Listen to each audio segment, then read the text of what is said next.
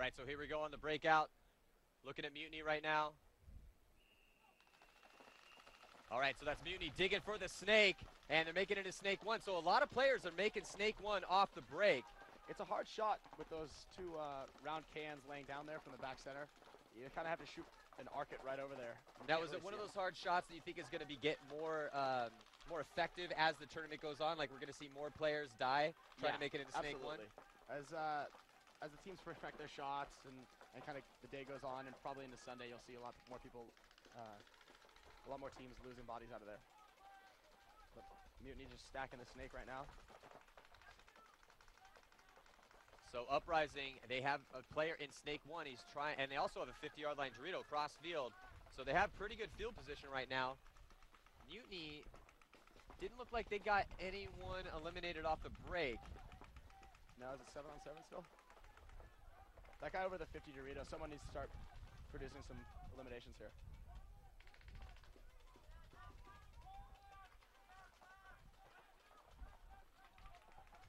So we have Uprising, one in the snake here.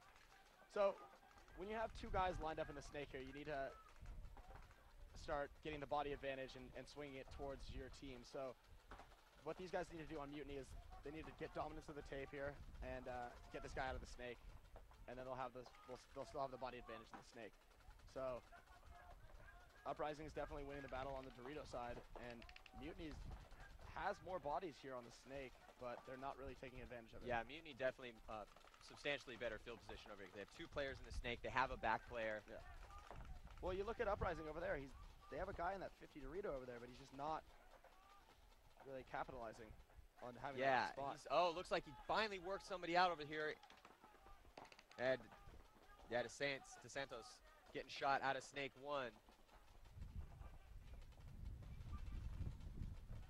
So Uprising, it looks like the guy actually in the 50 Dorito is having some gun problems. He's got it up and going now. But Mutiny's so tense moments right now, yeah, as we look, the referee running in and checking out player in snake one. You can see that shot from the ground there. There you go, Mutiny just made a move on the Dorito side. You see him move on the Dorito side? Yeah, he went into that inside big Dorito. And so the Uprising player really isn't doing a lot from that 50-yard line. He's not really trying to work too much out of there.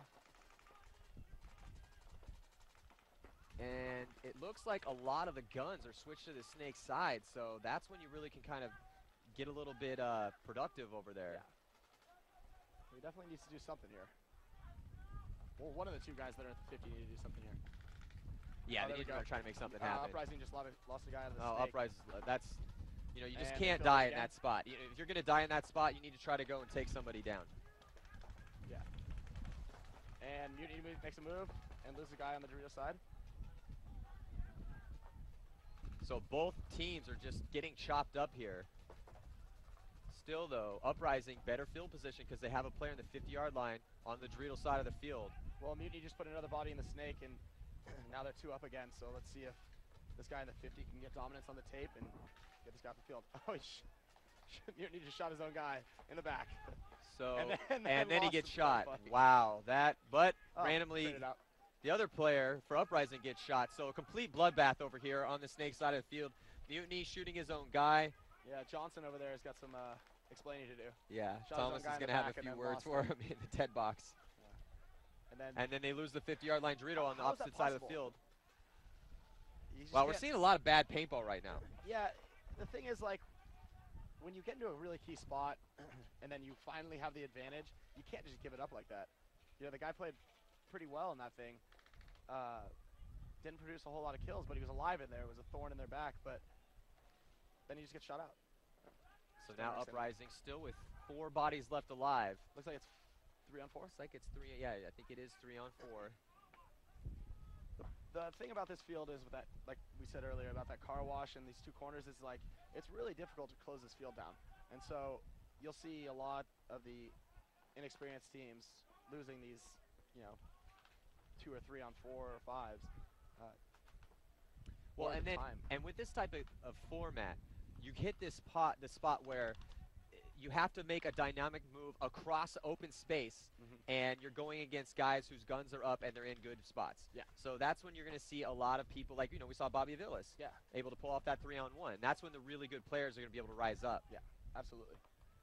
And you could definitely, with all the, the tall bunkers, you can definitely lose, like sneak around and confuse. Well, and now that you're playing the back corner, I'm going to expect to see some 3-on-1s pulled off. Yeah, no, I hope that you give me some good commentary when I'm back there. Hey, man, it won't happen a lot, I'll be back there and hopefully everybody else does it for me and I'll just run by. It'll be one of those tournaments where you don't have to shoot anyone. You just Nobody. grab the flag Grab at the the end, flag when, look like the hero. All right, so big moves right here as Mutiny trying to get across, as Tommy O'Donnell trying to get into Snake 1, but he gets polished off. He took one guy out with him. Yeah, so still 3 players left alive for Uprising. Mutiny won the first game, so this is a must-win situation right now for Uprising.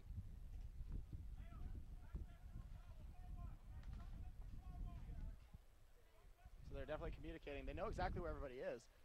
I don't know why this Uprising guy ran backwards. It's funny because I haven't seen a lot of communication on the field so far. I don't know if it's just because the event's just getting rolling. Guys aren't ready yet. I know they've been having practices, and that's definitely something they should have worked on. But I haven't seen that a lot. Your team's really good at that, actually, about the communications. Yeah, we're definitely working on it. Oh, look at that. 2 guys into Dorito 2. I don't know if that's planned or... At least they're moving. Yeah, you always say and kind of reiterate the fact, like, hey, let's communicate, let's keep talking, let's this and that. But it is the first event of the season for most of these teams. This will be our 3rd for us. So hopefully we kind of I'd like to say that we definitely dusted off some of the cobwebs. With 2 wins, I would say there was no cobwebs to dust off. There's always stuff to work on in cobwebs. All right, so long game right here. As you're seeing, just about 5 seconds left to go. Let's see if something happens here. It doesn't even look like. Yeah, why would they? Because they're up on bodies. Conscious. So we have our first game today that's gone to time. Again, if you're just tuning in, 7-minute time limits on these matches. And it looked like from up here that Uprising is going to be able to win on bodies, which is big for them because they lost the first match. Yeah.